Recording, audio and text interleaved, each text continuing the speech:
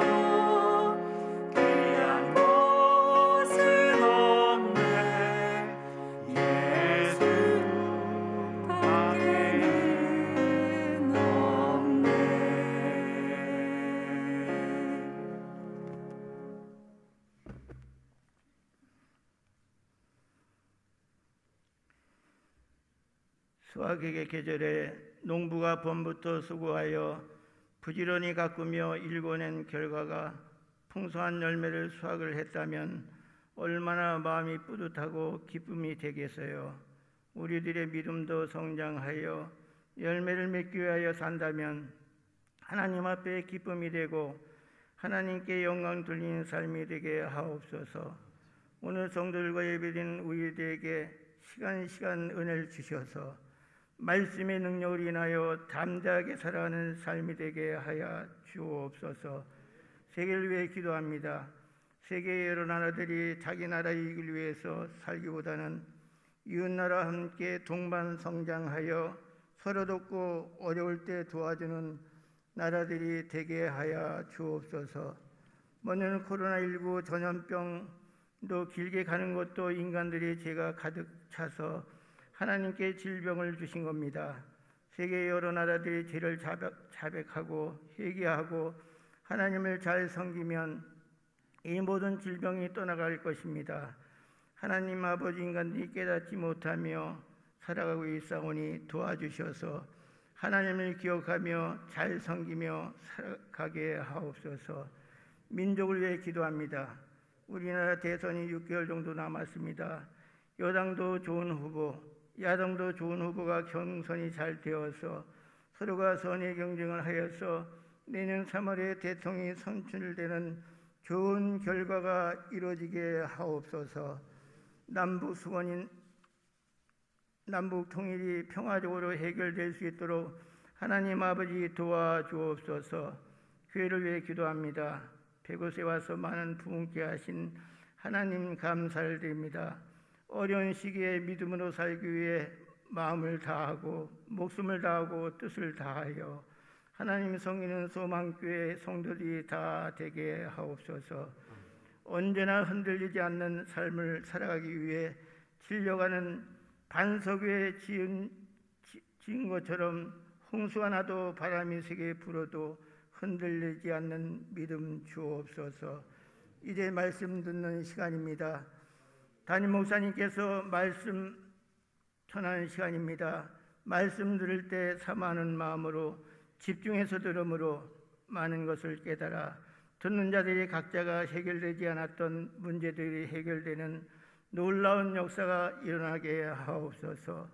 예배 시간마다 은혜 주셔서 모든 것이 하나님 영광 위에 쓰여지는 모든 성도들이 되기를 원하면서 예수님의 이름으로 기도합니다. 아멘.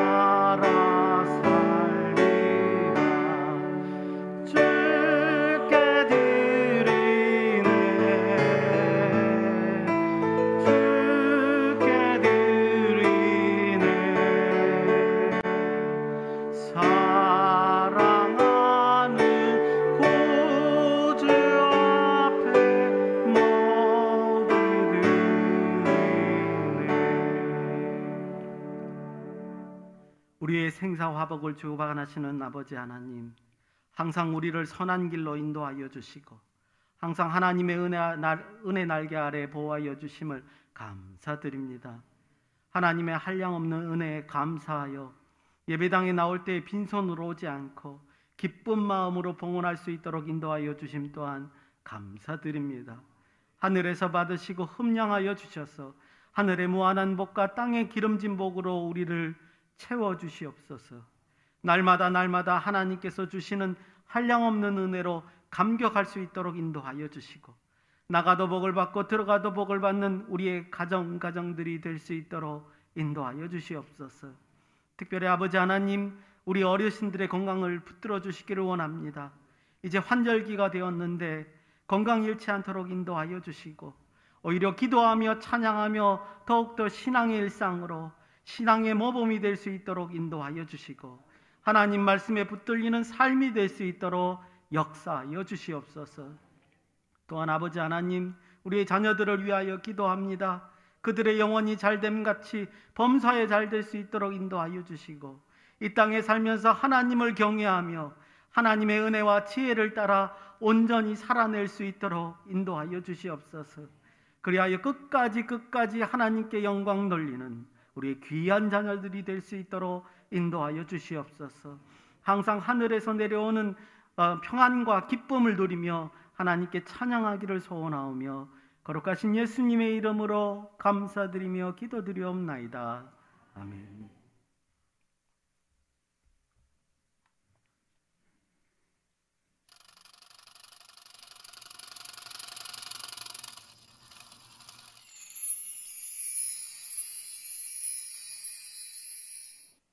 안녕하세요.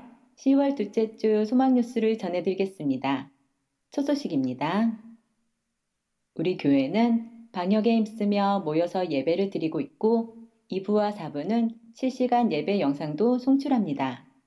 10월 말까지 예배 출석 목표를 정하겠습니다.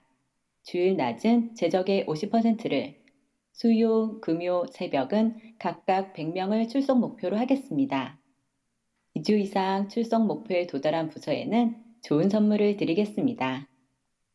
이번 주간 담임 목사님의 일정은 11일부터 13일까지는 정기기도회, 12일은 정기노회, 14일은 한교총 상임회장 모임, 월간 사모 모임, 15일은 한교총 회장단 육사 방문이 있습니다. 지혜롭고 은혜 가운데 잘 감당하도록 기도해 주시기 바랍니다. 내일부터 10월 정기기도회가 이교구 주간으로 있습니다. 참석하셔서 많은 은혜 받으시기 바랍니다. 2021년 가을 정기도회가 밝은빛 전원교회에서 있습니다. 2021년의 주제는 회복이고 10월의 주제는 종교개혁의 정신회복입니다. 어려운 상황에도 종교개혁의 정신을 이어갈 수 있기를 바랍니다. 1% 기적 운동을 위해 기도와 협력을 부탁드립니다. 계좌번호는 주보 7면 하단을 참고하시기 바랍니다. 지난주까지 모금된 누계 금액은 699만 9천 원입니다. 이번 주 토요일에 교회 대청소가 있습니다. 교구별 청소구역은 1층 게시판을 참고해 주시기 바랍니다. 우리 교회에서 10월 31일에 사랑의 헌혈을 합니다. 1층 게시판을 참고하셔서 많이 참여해 주시기 바랍니다. 지두열 집사님, 이승우 집사님이 범사에 감사한 마음으로, 이동환 집사님, 강차희 권사님이 범사에 감사한 마음으로, 안태윤 장로님, 강경임 검사님이 범사에 감사한 마음으로, 박찬웅 성도님, 한지선 성도님이 둘째 딸 출산에 감사한 마음으로, 박원희 권사님, 최근식 장로님이 부친 장례에 오셔서 위로해 주심에 감사한 마음으로, 윤한식 성도님이 아들 윤소호 어린이의 무사퇴원에 감사한 마음으로, 윤종명 집사님, 김성희 집사님이 둘째 딸 새아의 돌을 맞아 감사한 마음으로 떡을 제공해 주셨습니다. 감사합니다.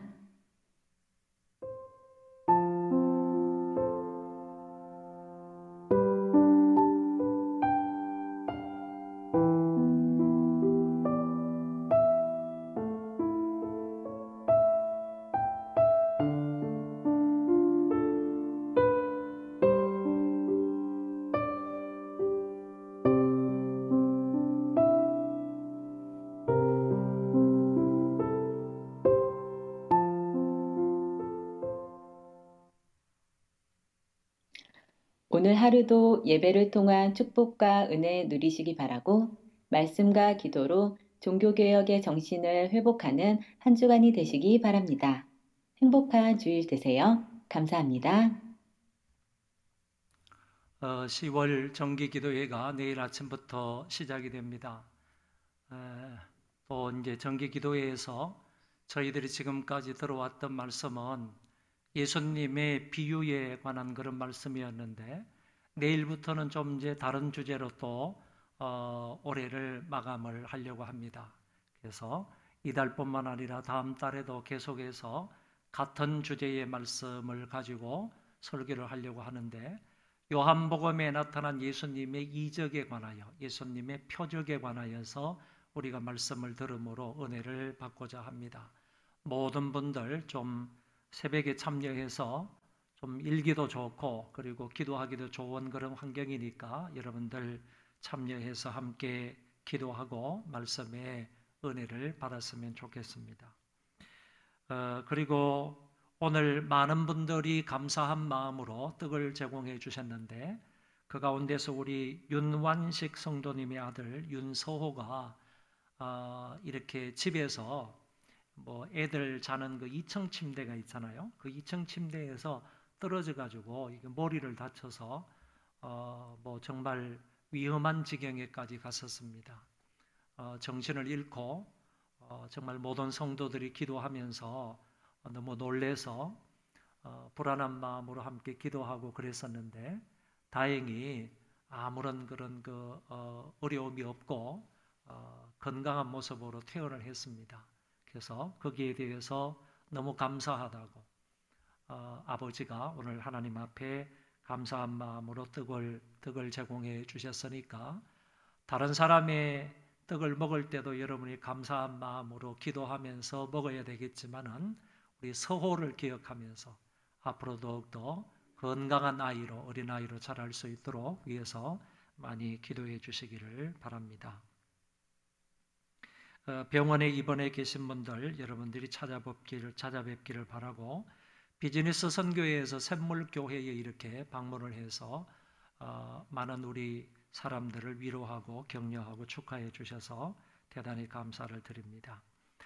10월 달에 여러분 행사나 예배나 이런 것들을 보시면 아시겠지만은 시간이 지남에 따라서 자꾸 늘어납니다. 그래서 여기 뭐 빼곡하게 이렇게 제 일정이 한 달 동안 잡혀 있는데 잘 감당할 수 있도록 지혜롭게 능력 있게 잘 감당할 수 있도록 여러분 기도해 주시기 바라고 전국적으로 왔다 갔다 해야 되기 때문에 오늘 저녁 늦게 뭐 경산에 갔다가 그 다음 날 아침 일찍도 뭐 서울에서 일들이 있고 그렇기 때문에 왔다 갔다 하는 그런 일들에도 여러분들이 기도 많이 해주시면 감사하겠습니다. 이순아 권사님이 대상포진에 걸려서 지금 이제 시화병원에 입원해 있습니다. 이렇게 이제 뭐 머리 쪽하고 이렇게 상반체에 그런 이제 병이 온 것 같습니다.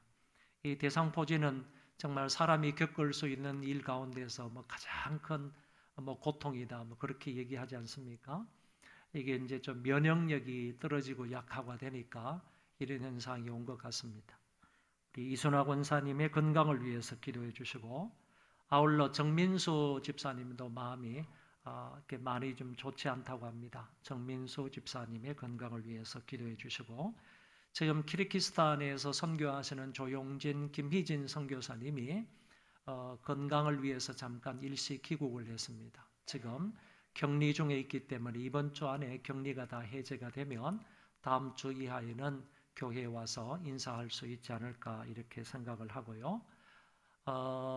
조용진, 김희진 사모님도 이 코로나19에 감염이 됐었어요. 그래서 은혜 가운데서 다 낫고 이제 들어오게 되었는데 필리핀의 이정주 선교사님의 사모님이 필리핀에서 이 백신 접종을 2차까지 다 했는데 그럼에도 불구하고 지금 코로나19에 감염이 되어서 어려움이 좀 많답니다. 이렇게 호흡이 좀 곤란해지고 고열이 나고 조금 좋지 않아서 교회에 긴급하게 중보 기도를 요청해 왔습니다. 우리 필리핀의 이정주 선교사님의 사모님을 위해서도 여러분 기도해 주시기를 바랍니다. 하나님 말씀 보겠습니다. 요한계시록 22장 20절 22절 1절 요한계시록 22장 20절 21절 제가 봉독하겠습니다.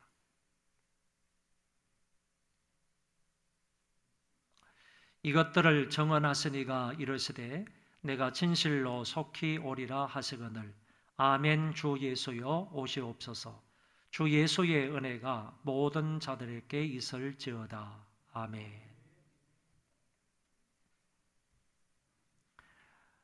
우리는 구약의 성경을 네 부분으로 나눌 수가 있습니다.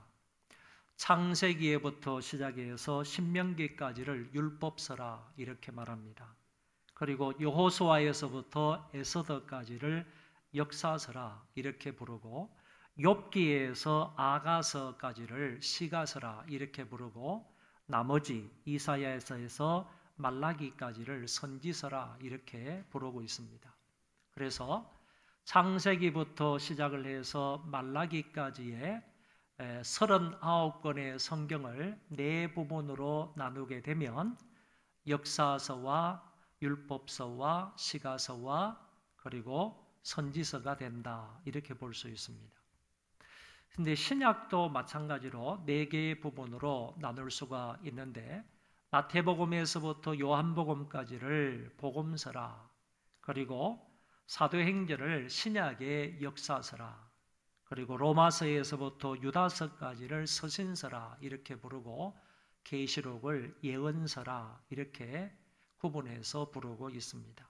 그러니까 신약도 복음서, 역사서, 서신서, 예언서 이렇게 네 부분으로 나눌 수가 있다, 그런 얘기입니다. 그런데 창세기부터 시작을 해서 요한계시록 마지막까지 이 66권 전체에서 누구를 기록하고 있느냐, 누구를 말하고 있느냐라고 하면 그것은 바로 예수 그리스도를 가리켜 말씀하고 있다는 것입니다. 그래서 모든 성경의 주제, 모든 성경의 핵심은 바로 예수 그리스도이다 이렇게 말할 수 있습니다. 구약에서부터 시작해서 신약에 이르기까지, 그리고 뿐만 아니라 각 권의 성경마다 가르치고 나타내고자 하시는 것은 바로 예수 그리스도이다라고 말씀드릴 수 있습니다. 예수님께서 친히 이렇게 말씀을 하셨습니다. 너희가 성경에서 영생을 얻는 줄 생각하고 이 성경을 상고하거니와 또는 연구하거니와 이 성경이 곧 내게 대하여 정언하는 것이니라. 성경이 자기 자신에 대한 정언이다, 나에 대한 기록이다 라는 사실을 예수님이 스스로 말씀을 하셨습니다. 더 나아가서 누가복음 24장의 말씀에도 보면 또 이르시되 내가 너희와 함께 있을 때에 너희에게 말한 바 곧 모세의 율법과 선지자의 글과 시편에 나를 가리켜 기록된 모든 것이 이루어져야 하리라 한 말이 이것이라 하시고, 예수님 당시의 구약 성경은 이처럼 모세의 율법과 선지자의 글과 시편 이렇게 나누어져 있기 때문에 이 모든 구약 성경은 나를 가리켜 기록된 것이다. 예수님이 스스로 또한 이렇게 말씀을 하셨습니다. 그래서 요한복음 5장의 말씀이나 누가복음 24장의 말씀을 근거해서 볼 때 결국에 신구약 성경은 예수 그리스도를 말한다, 예수 그리스도를 증거한다, 예수 그리스도에 대한 기록이다 이렇게 말할 수 있다는 것입니다. 성경의 핵심은 예수님이다라는 사실을 저와 여러분들은 항상 기억해야 할 것입니다. 그러면 성경은 그리스도에 대하여서 무엇을 가르쳐주고 있느냐? 성경의 핵심이, 성경의 주제가 예수 그리스도라고 한다면 그 예수 그리스도에 대해서 무엇을 나타내고자 하느냐, 무엇을 기록하고 있느냐라는 얘기죠. 크게 두 가지로 나누어서 설명을 하겠는데, 첫 번째는 예수님의 이성 일인격자 되심을 말씀하고 있다. 예수님은 이성 일인격자이시다 하는 사실을 정언하고 있다는 것입니다. 먼저 예수님은 신이시면서 인간이심을 증거하고 있다라는 사실을 알아보도록 하겠습니다. 다른 말로 예수님은 이성 일인격자이시다라는 그런 말씀인데, 이 말은 예수님은 한 분이시지만 온전한 신성과 온전한 인성을 다 갖고 계신 분이다, 그런 뜻입니다. 100% 하나님의 아들이시고 100% 인간의 아들이시다. 그래서 100% 한 인격자이시다 하는 말이 이성 일인격자이시다라는 말입니다. 여러분, 만약에 어떤 사람이 예수님의 신성을 부인하거나 예수님의 인성을 부인하거나 아니면 이 둘이 합하는데 50% 50%가 합하여져서 100%가 되었다, 이렇게 말하는 것들은 전부 다 이단이다, 그런 얘기입니다. 예수님의 신성을 부정해도 이단이 되는 거고, 예수님의 인성을 부정해도 이단이 되는 거고, 예수님의 신성 50%, 예수님의 인성 50%, 이게 합하여서 100% 한 인격자다, 이렇게 말해도 이단이 된다, 그런 얘기입니다. 예수님은 신성도 100%고 인성도 온전한 100%고 합하여서도 100% 인격자이시다라고 설명할 수 있다는 것입니다.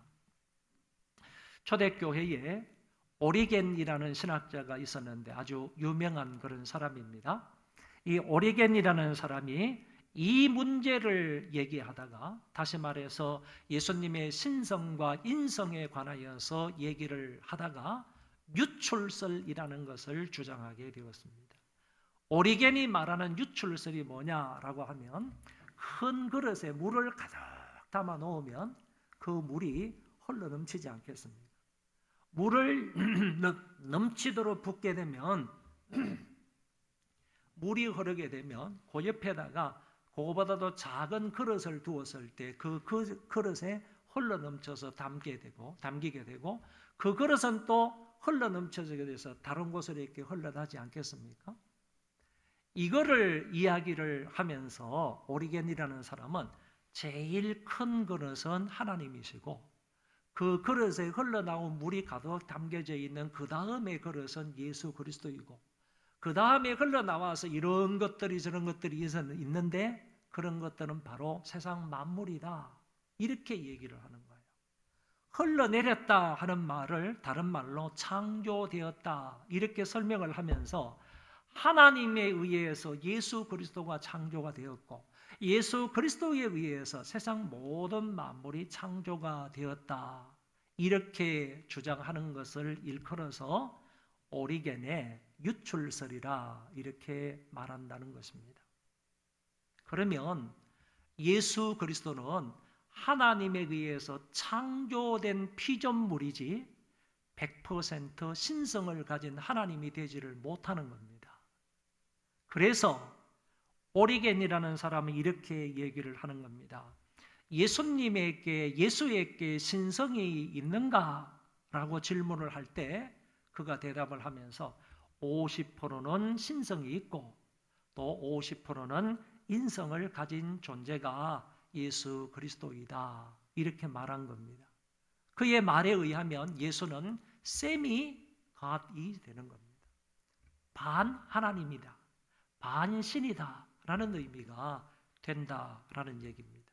결국에 이 오리겐의 유출설은 예수님의 신성 100%, 인성 100%를 부정하는 이단이 된다라고 말할 수가 있습니다. 그 다음에 아리우스라는 사람이 나타났는데 이 아리우스라는 사람도 이렇게 얘기를 합니다. 예수가 하나님은 아니다. 하나님도 하나님이고 예수도 하나님이라고 한다면 하나님은 둘이 된다. 그래서 예수님은 하나님이 아니고 피조물 중에 독특하게 지음받은 존재이다, 이렇게 설명을 한 것입니다. 이 사람 역시 결국에는 앞에 나오는 오리겐처럼 반은 신이고 반은 인간이다, 이런 식으로 예수 그리스도를 설명하기 때문에 이단이 된다라고 말할 수 있습니다. 이런 논쟁 끝에 또 어떤 사람이 나서는가 하면은 아다나시우스라는 신학자가 나서는데, 이 사람은 이렇게 말합니다. 자기가 성경을 면밀하게 자세히 읽어보니까 예수가 하나님과 비슷한 분이 아니라 예수님이 하나님과 동일한 분이시다. 이거를 성경을 통해서 알 수 있다라고 얘기를 했다는 겁니다. 이 아다나시우스는 그 당시에 참 그 여러 직분을 가지고 있으면서 교회를 섬겼던, 그런 다스렸던 그런 사람인데, 결국에는 자기가 예수가 하나님이시다, 이거는 성경이 밝혀주고 있는 진리다, 이런 얘기를 함으로 인하여서 자기가 가지고 있던 그 모든 직분에서 파면을 당했습니다. 그럼에도 불구하고 이 사람은 예수는 하나님이시다 라는 것을 주장하게 되었던 것입니다. 그러다가 콘스탄티노플 시대 때에 150명의 학자들이 모여서 이 문제를 가지고 함께 기도하면서 논의를 했습니다. 자, 예수님이 100% 신이고 예수님이 100% 인간이라는 것, 이 문제를 가지고 함께 논의를 하다가 결론을 내리지 못한 겁니다. 150명의 학자들이 모여서 연구를 했지만은 논의의 결론을 내리지 못하자 이 사람들이 이렇게 얘기합니다. 그러면 우리가 어느 정도 시간을 두고 이 기간 동안 예수님에게 직접 물어보자. 뭘 물어보느냐? 예수님, 당신은 정말 하나님이십니까? 아니면 당신은 정말 인간이십니까? 이 질문을 가지고 어느 정도 기간을 두고 예수님께 물어보자. 이렇게 했던 것입니다. 그 사람들이 기간을 두고 예수님에게 직접 물어보는 겁니다. 예수님, 당신은 신이십니까? 당신은 인간이십니까? 이렇게 질문을 했지만은 예수님으로부터 대답을 듣지를 못하였습니다. 그럼에도 불구하고 이 150명의 신학자들이 동일하게 어떤 결론을 내리게 되느냐 하면은, 예수님은 참 하나님으로부터 오신 하나님이시다, 그분은 독생하신 하나님이시다라는 결론을 보게 되었다는 것입니다. 이 사실은 성령께서 이들의 마음을 온전히 주장하셔서 이런 결론을 내리도록 하셨다라고 말할 수가 있겠습니다. 이와 같은 논쟁이 현대에는 그리 많지 않습니다. 현대에는 과거처럼 초창기 때처럼 그리스도의 인성과 신성에 대해서 이렇게 많은 논란이 없는 것 같습니다. 대부분의 그리스도인들은 지금 의심 없이 예수를 하나님의 독생자로, 곧 하나님으로 믿고 있습니다. 사복음서의 기자들이 예수님의 잉태와 탄생과 세례와 고난과 죽음과 부활, 성천, 하나님 우편에 앉으심과 재림에 관하여서 상세하게 기술해주고 있습니다. 그런데 사복음서 기자들은 그리스도에 관하여 독특한 주제와 특징을 가지고 기록하고 있더라는 것입니다. 예를 들면 마태복음은 예수 그리스도의 왕되심을 기술하고 있고, 마가복음은 예수 그리스도의 종되심을 기록하고, 누가복음은 예수 그리스도의 인자 되심, 사람의 아들 되심을 기술하고 있고, 요한복음은 예수 그리스도의 신자, 신의 아들, 하나님의 아들이심을 기록하고 있더라는 것입니다. 그러면 사복음서에서 동일하신 예수 그리스도에 대해서 말씀하시는데, 여기에서 둘로 구분할 수 있는데, 마태와 마가와 누가, 마태는 그리스도를 왕으로, 마가는 그리스도를 종으로, 누가는 그리스도를 사람의 아들로 기술하고 있기 때문에 이 세 복음서에서는 다 예수 그리스도는 사람의 아들이다, 인자다 하는 부분을 여기에서 얘기를 하고 있고, 요한복음에서만은 예수 그리스도께서는 하나님의 아들이시다, 신자이다, 신이다 하는 사실을 밝혀주고 있기 때문에 사복음서는 결국 세 복음서는 그리스도의 인자 되심, 한 복음서에서는 그리스도의 신자 되심을 기록하고 있기 때문에 사복음서 전체에서는 예수 그리스도의 인성과 신성에 대해서 분명하게 보여주고 있다. 이렇게 설명할 수가 있겠습니다. 로마서 9장 5절의 말씀에 보면 너무너무 정말 이 구절의 이 본문에 대해서 여기에 대해서 명확하게 말씀을 해주시는 구절이라고 생각이 됩니다. 조상들도 그들의 것이요 육신으로 하면 그리스도가 그들에게서 나셨으니, 육신적으로는 그리스도가 조상들로부터 났다는 거예요. 육신적으로 말하면 그리스도가 다윗의 후손으로 이 세상에 오셨다는 거죠. 그런데 그는 만물 위에 계셔서 세세의 찬양을 받으신 하나님이시니라 라고 말씀하고 있더라는 겁니다. 그러니까 이 사도 바울은 로마서 9장 5절에서 그리스도의 인성과 그리스도의 신성에 관하여서 명확하게 조합해서 한 인격자 그리스도의 모습을 우리에게 말씀해 주고 있다는 것입니다. 웨스트민스터 신앙고백 8장 2절에 보면 이런 내용이 나옵니다. 그리스도의 신성과 인성이 나뉠 수 없이 한 인격 안에 결합되셨는데, 그리스도라는 한 인격 안에 신성과 인성이 결합되어 있다. 그런 얘기. 여기에는 변동이나 혼동이 없다. 인성과 신성에 변화가 되거나 아니면 거기는 혼동이 없다. 그 인격이 바로 참 하나님이시요 참 사람이신데 한 분 그리스도시요 하나님과 사람 사이의 유일한 중보자이시다. 할렐루야. 이렇게 명확하게 성경의 진리를 하나로 묶어서 말하고 있는 것을 볼 수가 있습니다. 결국에는 제가 지금까지 말씀드리고자 하는 것은 예수 그리스도는 이성 일인격자이시다. 이성이라는 말은 신성과 온전한 인성을 가지고 계신 한 인격자이시다라고 말할 수가 있는 것입니다. 이거를 성경이 밝혀주고 있다는 얘기입니다. 성경이. 그래서 예수 그리스도에 대해서 성경은 무엇이라고 말하느냐? 초지일관 창세기부터 요한계시록에 이르기까지 예수 그리스도는 이성 일인격자이시다. 100% 신자이고 100% 인자이시며 한 인격자 그리스도이시다 하는 부분을 우리에게 명확하게 서술하고 있기 때문에 오늘 저와 여러분은 이 사실을 가감없이 믿을 수 있기를 바랍니다. 두 번째는 성경은 주님의 낮아지심과 높아지시는 사역을 하셨다라고 증거하고 있다는 겁니다. 주님이 낮아지시는 사역뿐만 아니라 높아지시는 사역까지 하셨다라는 것을 성경이 기록해주고 성경이 보여주고 있다. 그런 얘기입니다. 사도신경을 보면 이 두 가지 사역이 순서대로 그대로 나타나고 있습니다.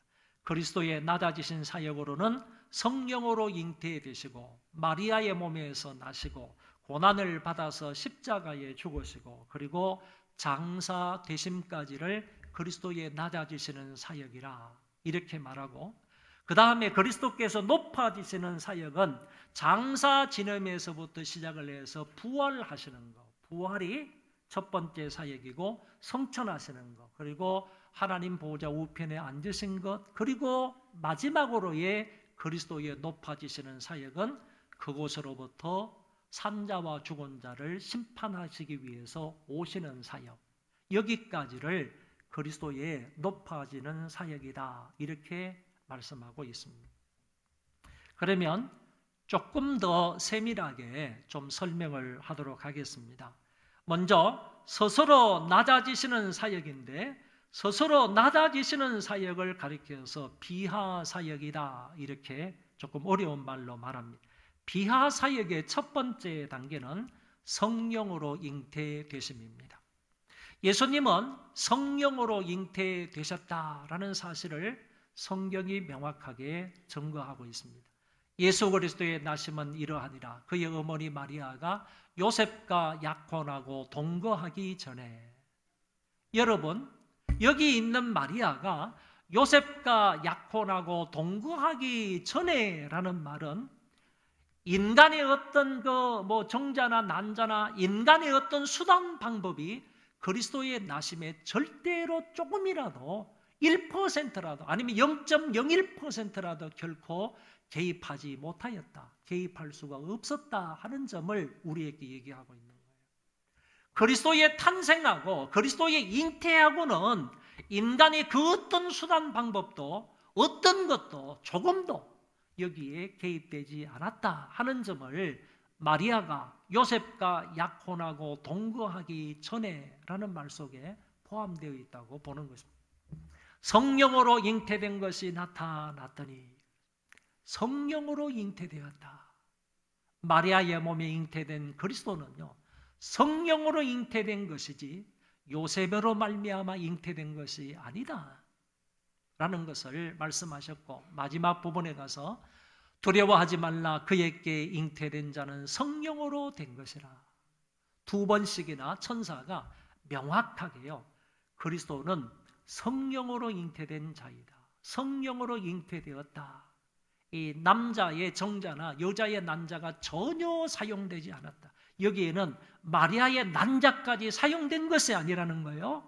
마리아의 난자까지도 사용되지 않은, 절대적으로 개입할 수 없는 온전히 성령의 역사로만 되었다 하는 사실을 말씀하고 있는 것입니다.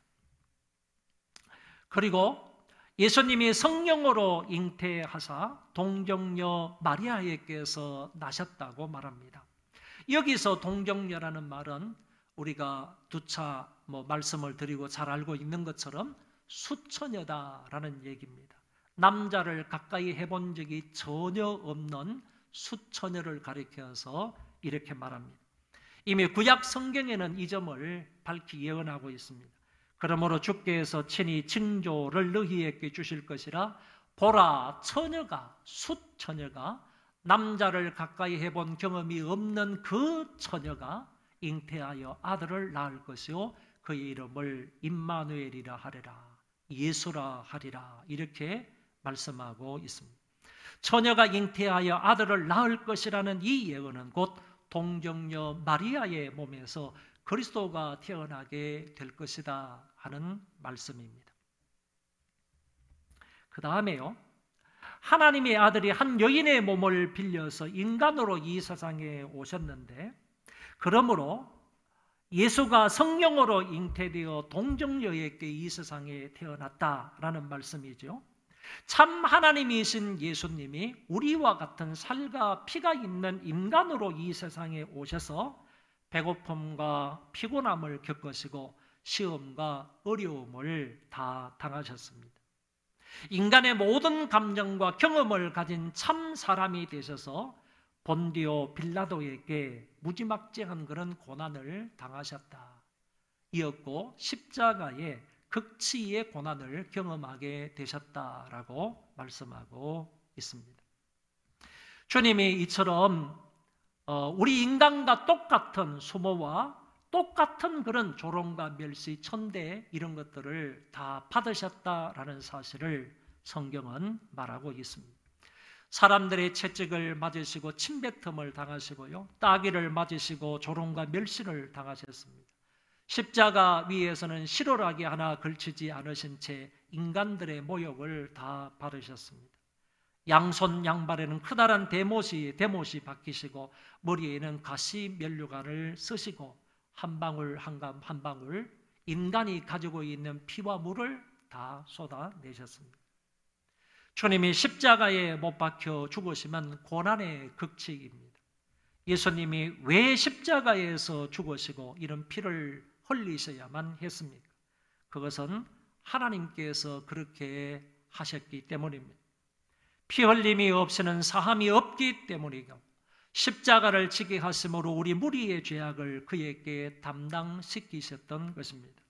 우리가 죄인이기 때문에 예수님께서 고난을 당하셨고, 우리가 지옥의 자식이었기 때문에 예수님께서 대신 피를 흘려 주신 것입니다. 이사야서는 이렇게 말합니다. 그가 찔림은 우리의 허물 때문이고 그가 상함은 우리의 죄악 때문이다. 우리의 허물 때문에 주님께서 피를 흘리셨다는 말씀이고, 우리의 죄악 때문에 주께서 자신의 몸을 찢으셨다고 말씀하고 있습니다. 주님은 십자가에 죽으시고 장사 지낸 바 되었습니다.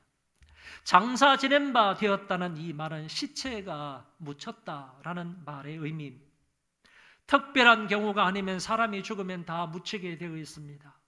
예수님이 묻힌 곳은 작은 석회암 동굴 같은 곳이었습니다.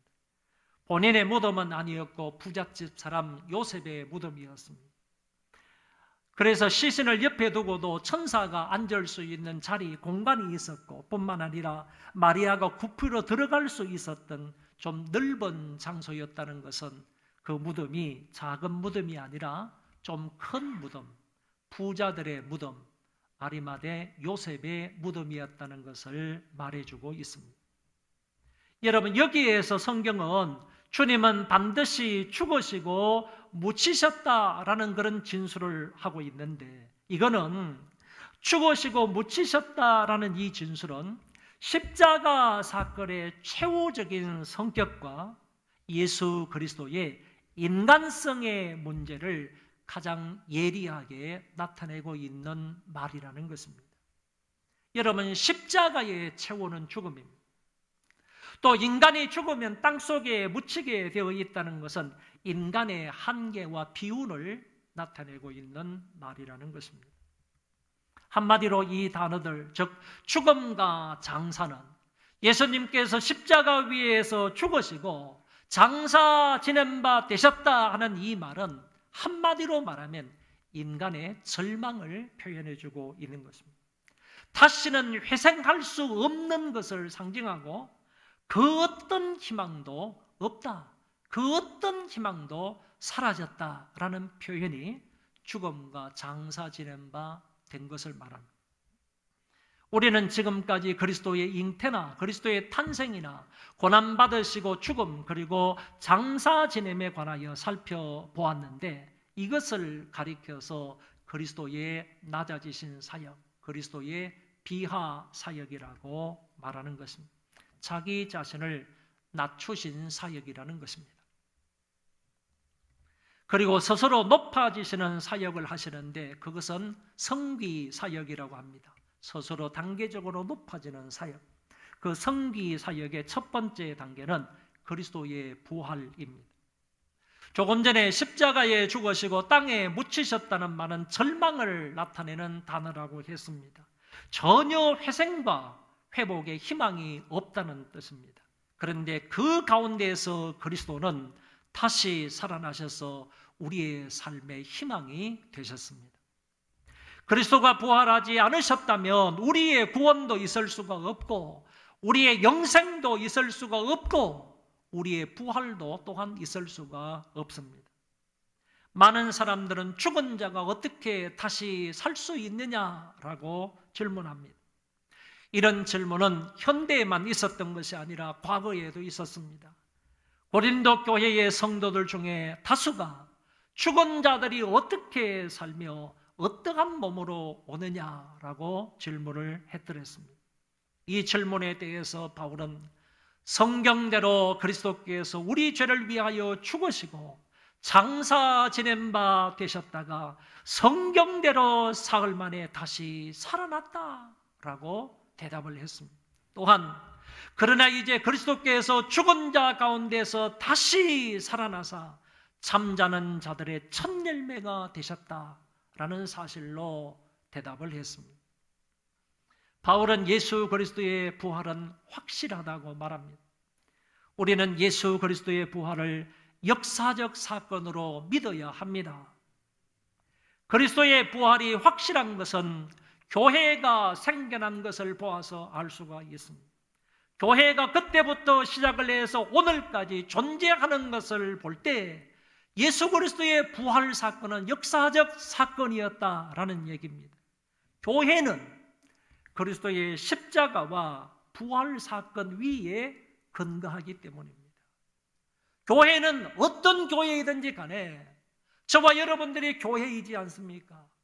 예수 그리스도를 믿어서 구원을 받은 믿음의 공동체, 이것이 교회이지 않습니까? 그 교회는 예수 그리스도의 십자가와 부활의 터 위에 세워졌기 때문이라는 겁니다.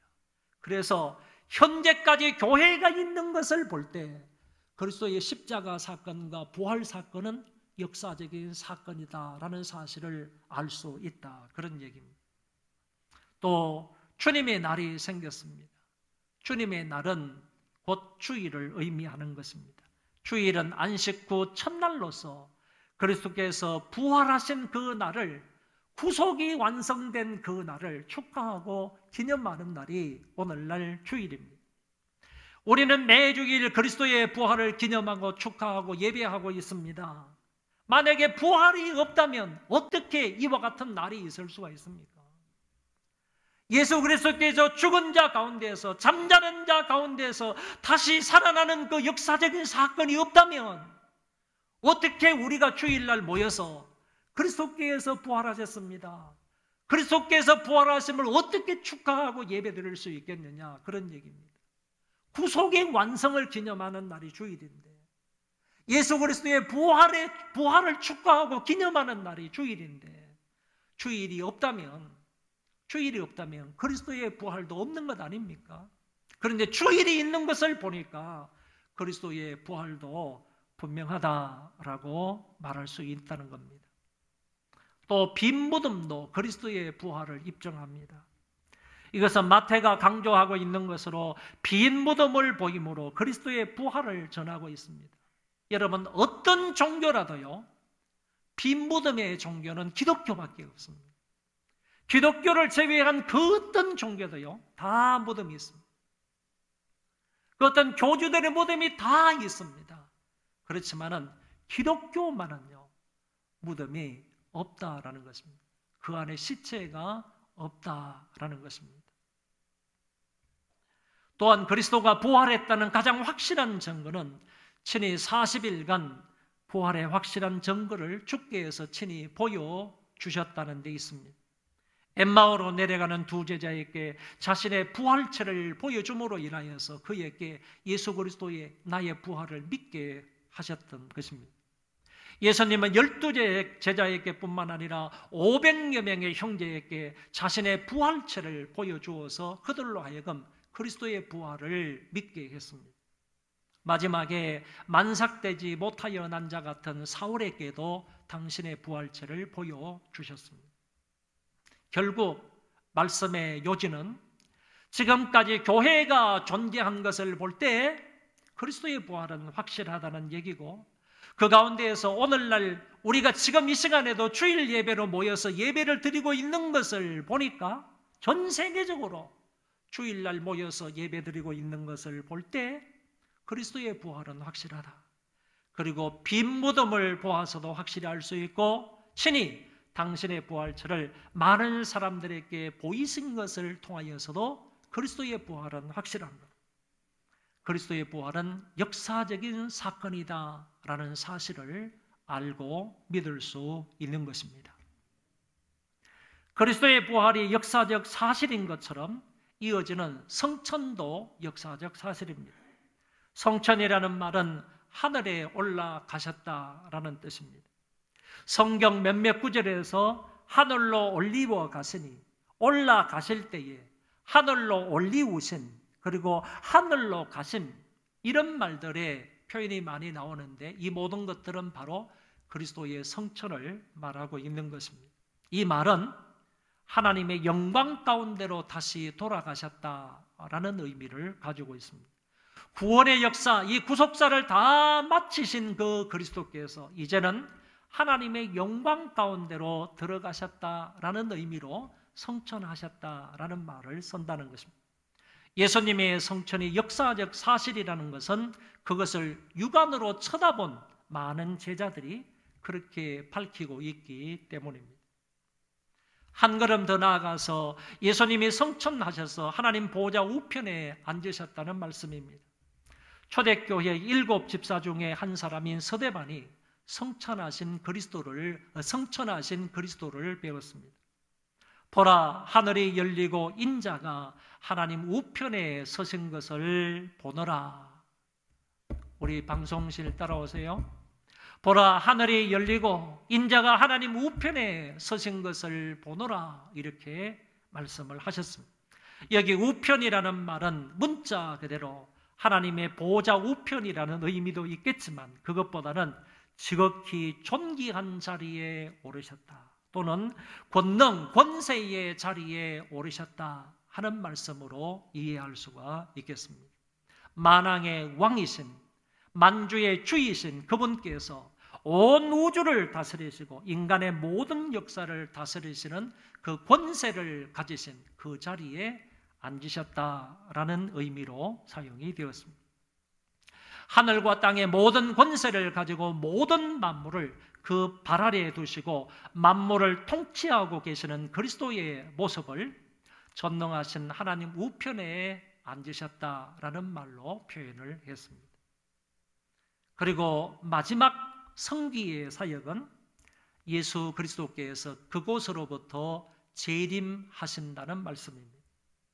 예수님이나 사도들 외에도 예수님의 재림에 대해서 성경은 1518번이나 약속을 하셨습니다. 이것은 앞으로 분명한 역사적 사실이 될 것이다 라는 의미가 포함되어 있습니다. 이렇게 주님이 분명히 오시는 것은 사실이지만 그날과 그 시는 아무도 모른다고 했습니다. 마태복음 24장에서는 재림의 날은 아무도 모르고 하나님만 아신다고 명확하게 말씀하셨습니다. 그날과 그 시를 말하는 것은 전부 이단이고 또한 주님의 이름 재림하셨다, 그리고 영적으로 재림하셨다, 자기가 재림주다 이렇게 말하는 것들은 전부 이단이고 사이비에 불과합니다. 그러면 왜 예수님께서 이 땅에 재림하시는가? 사도신경에서는 산자와 죽은 자를 심판하러 오신다고 하셨고, 요한계시록 마지막 장에서는 보라 내가 속히 오리니 내가 줄 상이 내게 있어 각 사람에게 그가 행한 대로 갚아주리라 이렇게 말씀하셨습니다. 심판할 자를 심판하시고 상 줄 자에게 상 주시기 위해서 주님이 재림하신다는 말씀입니다. 이 같은 목적을 가지고 재림하시기 때문에 초림 때하고는 완전히 다른 모습으로 주께서 오실 것입니다. 초림 때에는 어린아기로 이렇게 오셨습니다. 초림 때에는 베들레헴 말구유에 한정적으로 오셨습니다. 초림 때에는 인류를 구원코자 이 세상에 오셨습니다. 그러나 재림 때에는 완전히 다른 모습으로 오신다는 것입니다. 천군 천사를 대동하고 위험 있는 군왕의 모습으로 오시게 됩니다. 오실 때 온 세상의 눈이 동시에 그를 보게 될 것이라고 하셨습니다. 이제는 구원이 아니라 심판주로 세상에 오신다고 말씀을 하셨습니다. 이 재림을 피할 자는 한 사람도 없는 것입니다. 예수님을 찌른 자도 볼 것이라고 했습니다. 동해에서 서까지 모든 백성들이 동시에 인류를 심판하기 위하여 오시는 만왕의 왕 되신 그리스도의 모습을 목도하게 될 것입니다. 그날이 있음을 알고 믿는 기독교인들은 그날을 바라보면서 현재를 항상 깨어 경성하며 살아야 할 것이고, 그리고 하나님의 일을 충성되게 감당하며 살아야 할 것입니다. 바울의 마지막 고백은 이렇습니다. 하나님이 나에게도 의의 면류관을 주실 것이지만 주의 나타나심을 사모하는 모든 자에게도 의의 면류관을 주실 것이라고 하셨습니다. 하나님의 일에 충성하는 사람들, 그런 사람에게 하나님께서 이런 상을 약속하시는 것입니다.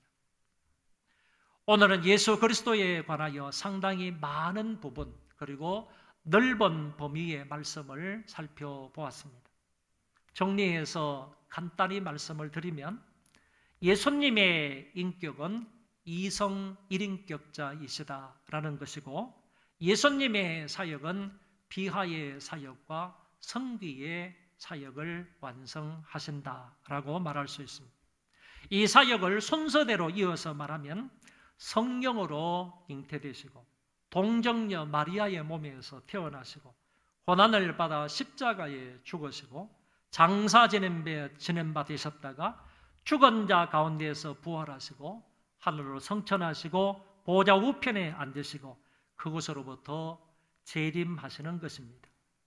그분의 이 모든 사역 중에, 그러니까 비하의 사역이든 성기의 사역이든 이 모든 사역 중에 이제 남은 것은 한 가지뿐입니다. 그것은 바로 주님께서 이 세상에 다시 오시는 재림입니다. 언젠가 그분은 그곳으로부터 산자와 죽은 자를 심판하시기 위해서 오시게 될 것입니다. 성경의 마지막 책에는 내가 진실로 속히 오리라 주님께서 말씀을 하셨을 때 사도 요한은 아멘 주 예수여 어서 오시옵소서 이렇게 응답을 했습니다. 주님은 반드시 오시며 오셔서 세상을 심판하게 될 것입니다. 그때 주님 앞에서 칭찬받고 상받기 위하여서 늘 깨어있는 삶을 사시고 그리고 맡은 일이 어떤 일이든지 간에 그 일에 충성을 다하시기를 바랍니다. 오늘 우리는 종교개혁 정신을 회복하자는 그런 의미로 두 번째 주일을 말씀을 들었습니다. 첫째 주일에는 오직 성경으로 살아야 된다. 오직 성경을 붙들고 살아야 된다 하는 말씀이 있고 오늘 두 번째 주일에는 오직 그리스도로 인하여서 살아야 된다. 그래서 오늘 저와 여러분들은 오직 그리스도 안에서 살고 그리고 그리스도로 말미암아 살고 그리스도를 위하여 살아갈 수 있는 오직 그리스도라는 정신을 회복할 수 있기를 바랍니다. 한번 따라하겠습니다. 그리스도 안에서 살고 그리스도로 말미암아 살고 그리스도를 위하여 살자. 오직 그리스도로 살자. 이 말씀을 꼭 기억을 하시고 이대로 살아갈 수 있기를 바랍니다. 다 일어나셔서 오직 예수뿐이네 찬송하겠습니다.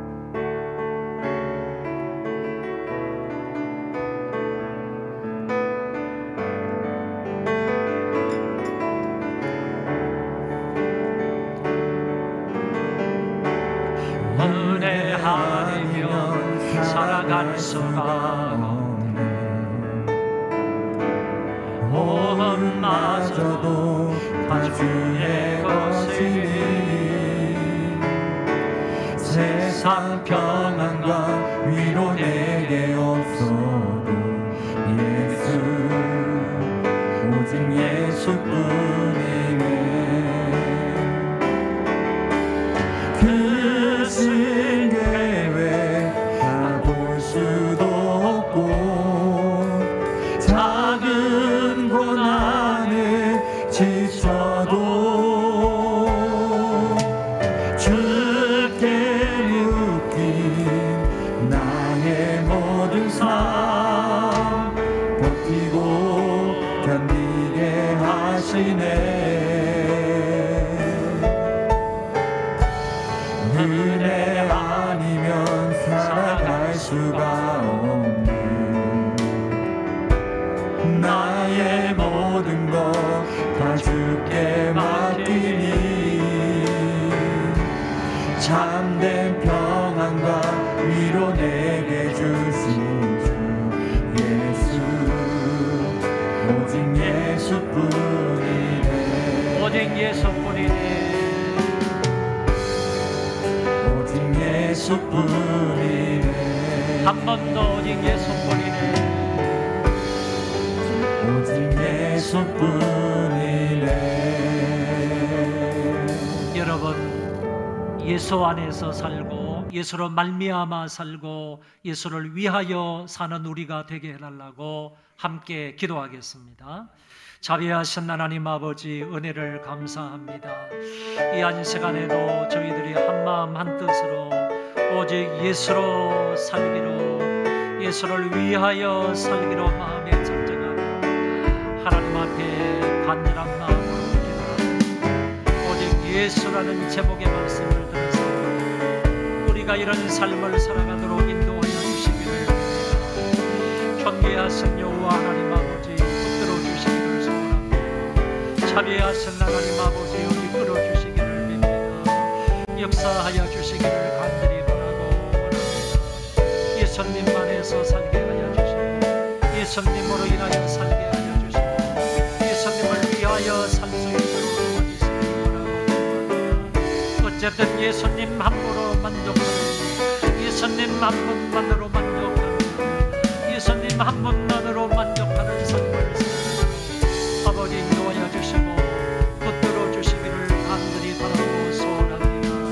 하나님 아버지께서 역사하시옵소서. 아버지께서 주관하여 주옵소서. 인도하여 주시기를 간절히 바라고.